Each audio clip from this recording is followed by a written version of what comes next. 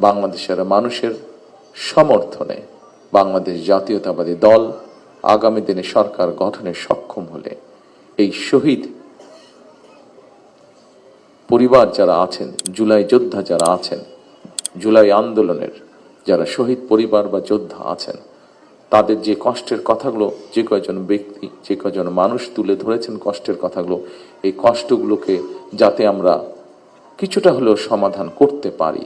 যাকে আমরা হারিয়ে ফেলেছি তাকে তো আমরা ফিরিয়ে আনতে পারবো না, কিন্তু যারা পেছনে রয়ে গিয়েছেন সেই পরিবারের সদস্যদের বিভিন্ন সুবিধা অসুবিধাগুলো যাতে দেখভাল করতে পারি এই মুক্তিযোদ্ধা মন্ত্রণালয়, কারণ তারাও একজন মুক্তিযোদ্ধা, তারাও আপনারা মুক্তিযোদ্ধা হিসাবে আপনারা গণ্য। 71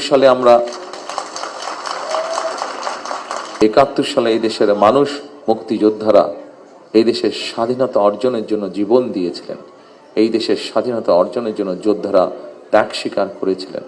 ঠিক একইভাবে 24-এ যে যোদ্ধারা যুদ্ধ করেছেন তারা স্বাধীনতা সার্বভৌমত্ব রক্ষার যুদ্ধ করেছেন। স্বাধীনতা সার্বভৌমত্ব অর্জিত হয়েছিল 71 সালে, তাকেই আবার রক্ষা করা হয়েছে 2024 সালে। সেজন্যই মুক্তিযোদ্ধা মন্ত্রণালয়ের মধ্যে আমরা আরেকটি ডিপার্টমেন্ট তৈরি করব, যাদের দায়িত্ব হবে এই মানুষগুলোর দেখভাল করা।